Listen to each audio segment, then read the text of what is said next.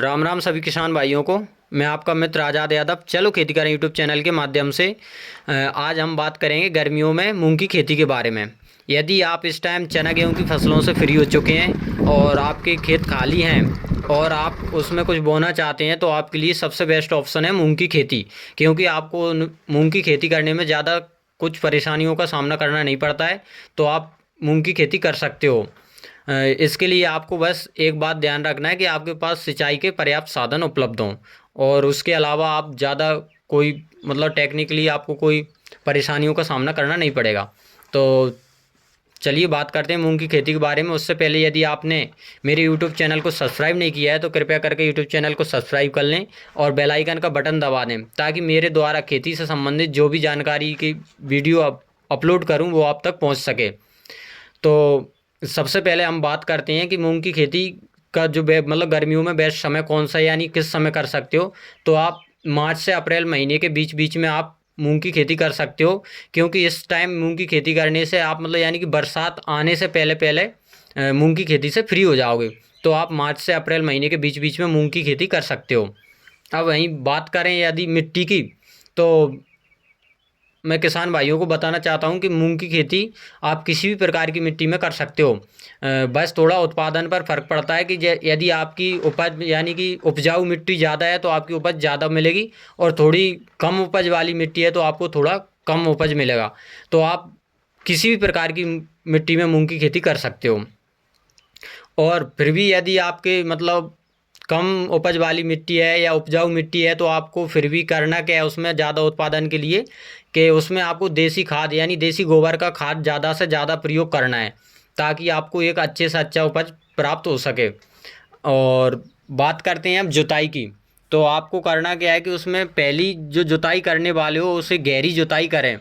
क्योंकि गहरी जुताई क्यों करें उसके लिए आप जानते होगी कि यदि आप गर्मियों में कम जुताई करोगे तो आपको बार बार पानी देना पड़ेगा, जिससे कि आपकी फसल पर प्रभाव पड़ता है और फसल कमज़ोर हो जाती है।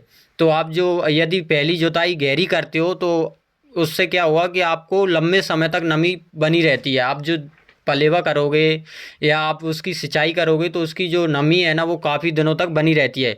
तो आप पहली जो जुताई है उसे गहरी से मतलब गहरी ज़्यादा करें। उसके बाद आप उसमें रोटर बैटर चला दें, और रोटर बैटर चलाने के बाद उसमें एक पलेवा कर दें। पलेवा करने से क्या हुआ कि आपको कुछ खरपतवारों का जो मतलब बाद में सामना करना पड़ेगा उनसे आपको पहले ही छुटकारा मिल जाएगा। पलेवा करने के बाद 3 से 4 दिन बाद आपको क्या करना है, पेंडामेथिन नाम की एक स्प्रे आता है उसका स्प्रे कर दें, और जिससे आपके पूर्णतः खरपतवार से आपको निजात मिल सके। अब उसके बाद आपको क्या करना है कि 2 बैग एसएसपी के और 20 से 25 किलोग्राम डीएपी और 3 से 4 किलोग्राम सल्फर का प्रयोग करना है। यानी कि खेत में अच्छे से 1 एकड़ के हिसाब से आपको इनको सब कुछ छींचना है अच्छे से पूरे खेत में। ये आपके लिए मतलब प्रति एकड़ के हिसाब से बता रहा हूँ कि 1 एकड़ में आपको 2 एसएसपी के बैग डालने हैं, और 1 एकड़ में आपको 25 से यानी कि 20 से 25 किलोग्राम डीएपी डालना है, और वहीं 1 एकड़ में आपको 3 से 4 किलोग्राम सल्फर डालना है। यदि इससे ज़्यादा में आप मूंग की खेती कर रहे हो तो आपको मतलब इन चीज़ों का भी मतलब आपको बढ़ाना पड़ेगा। अब इसके बात करते हैं बीज सिलेक्शन की। तो आप जानते होगे कि जितनी अच्छी क्वालिटी का बीज होगा उतना अच्छी आपको उपज प्राप्त होगी। तो आप वैसे भी गर्मियों में ज़्यादा यानी कि हाई क्वालिटी के बीज प्रयोग करें, ताकि आपको क्या है जो पीला मोजेक जैसी कुछ बीमारियों का सामना करना पड़ता है उनसे थोड़ी बहुत लाभ मिले। क्या है, यदि आप कोई हाई वैरायटी यानी कि वैरायटियों का उपयोग करते हो, हाई क्वालिटी वैरायटियों का प्रयोग करते हो तो आपको इनसे थोड़ा निजात मिल जाता है। तो हमारे यहाँ मतलब कुछ जो बेस्ट सिलेक्शन में बीज बोए जाते हैं वो इस प्रकार हैं कि पूसा की एक वैरायटी आती है उसका नाम है पूसा विराट, और एक शिखा की आती है। उसके अलावा आती है आपकी K 851। उसके अलावा आपकी एक आती है पूसा 105, PDM 44 आती है। इन सभी में से आप किसी भी एक वैरायटी का उपयोग कर सकते हो जो आपकी दुकान पर यानी आपके पास जो दुकान है जहाँ पर बीज मिलते हैं वहाँ पर जो भी अवेलेबल हो इनमें से आप कोई सी भी खरीद सकते हो। यदि आपको फिर से नाम जानने हैं तो सुन लें। पूसा विराट आती है, शिखा आती है, K 851 आती है, पूसा 105, और PDM 44, इनमें से आप किसी भी एक बीज का प्रयोग कर सकते हो। और 1 एकड़ में आपको लगभग 10 किलोग्राम के आसपास बीज की आवश्यकता पड़ती है। और बीज बोने से पहले आपको बीज का उपचार ज़रूर कर लेना, क्योंकि कुछ किसान भाई कहते हैं कि बीज उपचार करने से क्या होता है। तो आप उन किसान भाई वो मतलब समझ लें अच्छे से कि बीज उपचार करने से आपको क्या लाभ मिलेगा। कि जो आपको मतलब बोने के बाद जड़ों में जो फफूंद वगैरह आती है, या पेड़ जल्दी पीले पड़ने लगते हैं, या शुरू उगते ही समय कुछ पौधे मरने लगते हैं, उन सभी से मतलब आपको सामना नहीं करना पड़ेगा यदि आप बीज उपचार करते हैं। तो आप मतलब इस प्रकार ना रहें कि नहीं बीज उपचार करने से कुछ नहीं होता है। तो आप पहले बीज उपचार जरूरी करें, उसके बाद ही आप उसमें मतलब खेत में बोएं।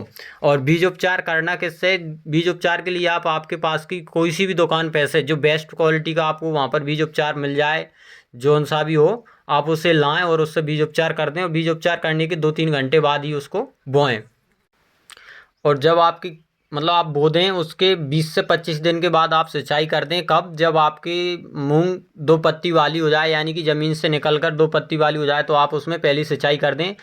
और पहली सिंचाई करने के बाद या मतलब जो आपको अब किसी किसी भाई के मतलब खेत में किसान भाइयों को खरपतवार देखने को मिलेगी थोड़ी बहुत, तो आप उनमें फिर से भी खरपतवार नाशक स्प्रे का प्रयोग कर सकते हैं। वो आपके आसपास की दुकानों पर उपलब्ध हो जाएंगी लगभग। आप अब हर जगह इन चीज़ों का मतलब मिलने लगी हैं।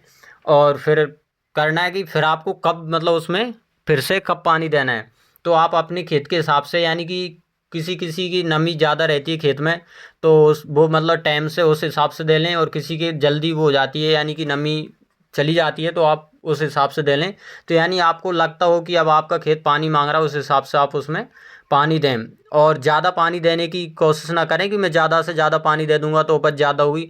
उससे ज़्यादा से ज़्यादा पानी देने से उपज ज़्यादा नहीं होगी, बल्कि आपकी फसल ख़राब हो जाएगी। तो जब आपको लगे कि हाँ अब आपको पानी देना ज़रूरी है, तभी पानी दें, उससे पहले ना दें। नहीं आप सोचो कि पानी जितना ज़्यादा दूंगा उतनी ज़्यादा फसल होगी, इससे कुछ नहीं होगा, उससे आपकी फसल ख़राब हो जाएगी। तो मैं यहीं तो चलिए वीडियो को हम यहीं पर ख़त्म करते हैं।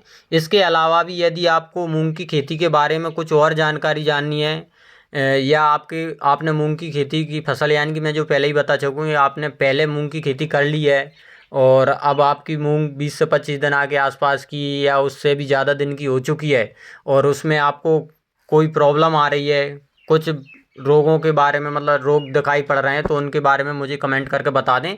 मैं आपको उनके बारे में भी आपको या तो कमेंट के जरिए या फुल वीडियो बनाकर जानकारी दे दूंगा।